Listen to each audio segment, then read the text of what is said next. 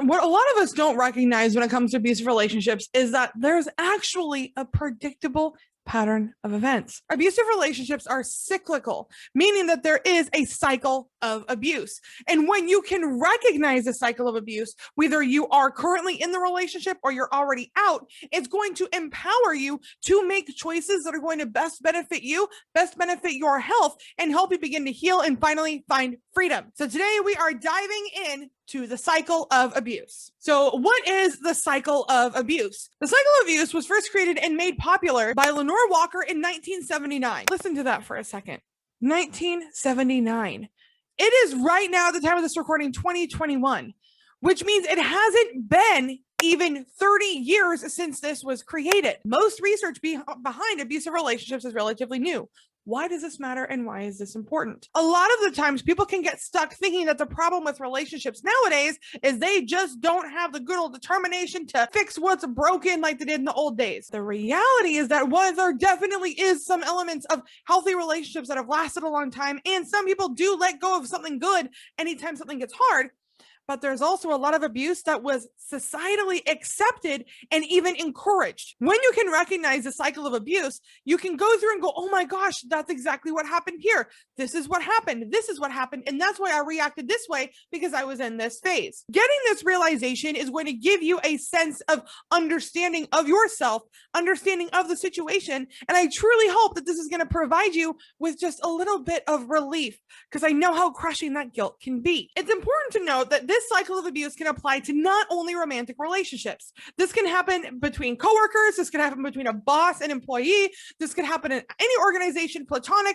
romantic relationships, familial relationships. This can apply everywhere. So don't get stuck thinking this video isn't for you if the abuse that you endured wasn't with a romantic partner. And one final note before we dive in. It is a cycle, meaning that there is no real beginning and end. You can be in this cycle at any given point. Let's bring up that graphic one more time. First phase, tension building. Then the abusive incident, reconciliation, the calm, and repeat continually. Let's start with tension building. This one is pretty self-explanatory. This is when the tensions are beginning to rise, where your partner could come home from work agitated, angry, and you know that something is about to happen.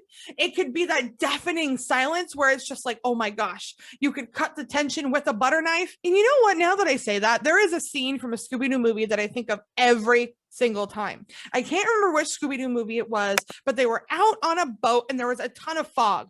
Scooby was hungry as usual. And so he takes a butter knife and cuts a square out of the fog and pulls it out. And it's so thick that he can hold it and eat it. I think of that every time. If I can find an animation and a screenshot of that GIF, I will be putting it right here. The reason that I bring that up is because even if it's not outward visual expression of tension building, it can be that tension is so thick you could cut it and eat it with a butter knife where you know you have that gut feeling that something is about to happen. This could be something that happened at work. It could be something that they decided to respond to at home. Regardless of what it is, you can feel those tensions rising. After the tensions build, the abusive incident or response happens. This is when the outward showing of abuse is going to take place. Whether this is a physical incident, whether it is a verbal incident, or whether it's just mass manipulation, regardless of what it is, this is the abusive incident. And now the abusive incident can be really big or it can be quote unquote small. And when I say big, I mean super intense physical abuse, things that we tend to think of when we think of abusive relationship, but it could also be lashing out verbally or even just maybe trying to manipulate you, make you feel bad about yourself, little things like that. This can still fall within the abusive incident.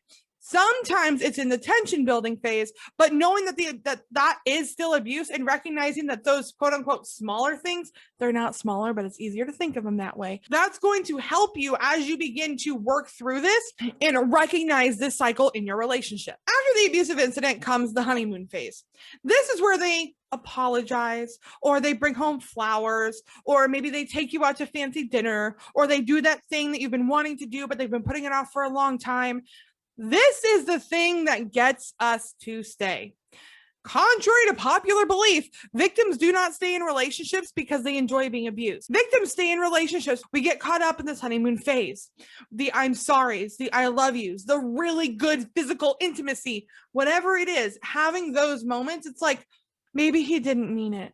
Maybe he's not going to do it again. He promised this was the last time. He promised things were going to get this way. And oh my gosh, he brought me flowers and he took me out to dinner. This is how they begin to mess with your brain. I'm not going to go on a huge trauma bond rant here. I have a playlist right here on YouTube that you can check out if you want to dive into trauma bonding more. But this is where that trauma bond begins to form and build. After the honeymoon phase comes the calm. Now, when I say calm, I do not mean peaceful. This is the waiting for something to go wrong because you know something is going to happen. Even if you're in the honeymoon phase and you are like, oh my gosh, maybe he won't act out again. Maybe this won't happen. Maybe she won't do that again. Maybe they're not going to do that again. Maybe this is really it. You still know that something is about to happen. A victim of abuse can never truly be at peace because we're always waiting for the next shoe to drop. We're always waiting for the next incident. Now that you know these 4 phases of the cycle of abuse, it's really important to recognize that this entire cycle can take place within a day, or this entire cycle could take years to finish.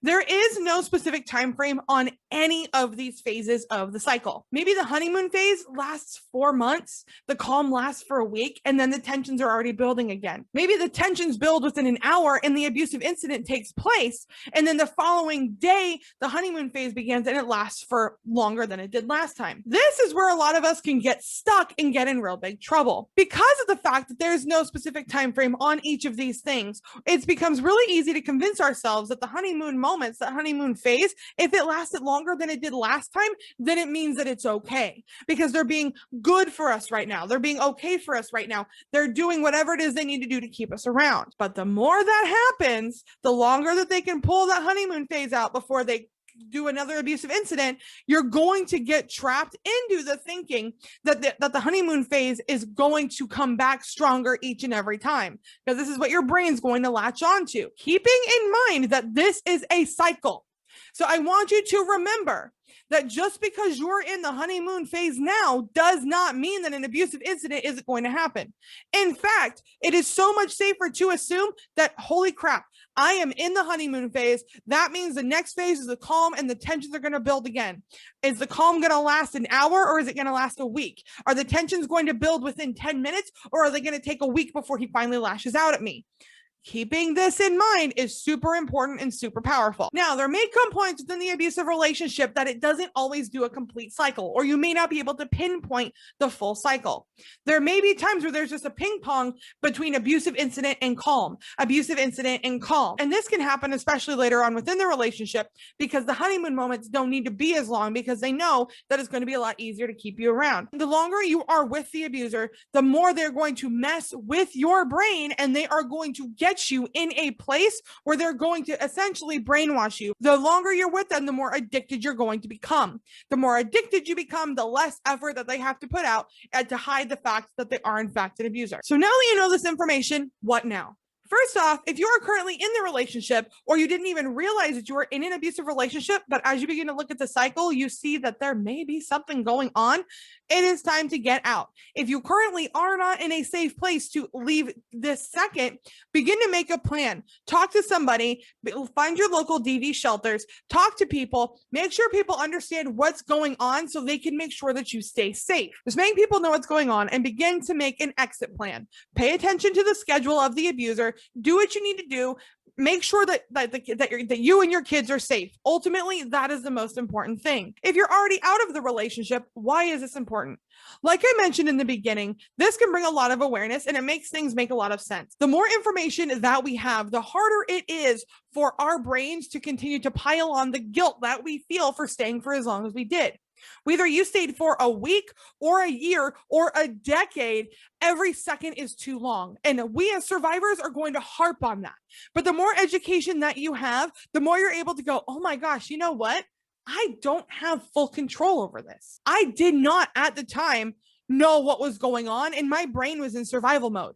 I did not know at the time that I was in this cycle because I was so caught up in waiting for the honeymoon phase. I didn't even recognize how bad the abuse became. These little pieces can ultimately help relieve the guilt and help you find freedom and healing. What I would love for you to do now is to drop in the comments any questions that you have about the cycle of abuse or on anything you want me to do another video on. Well, make sure you check out this playlist right here because it's really going to benefit you as you begin to learn about abuse abusive relationships and begin to lean into your abuse recovery journey. Thank you so much for hanging out with me, and never forget that you are strong, you are capable, you are intelligent, and boo, you are so freaking worthy.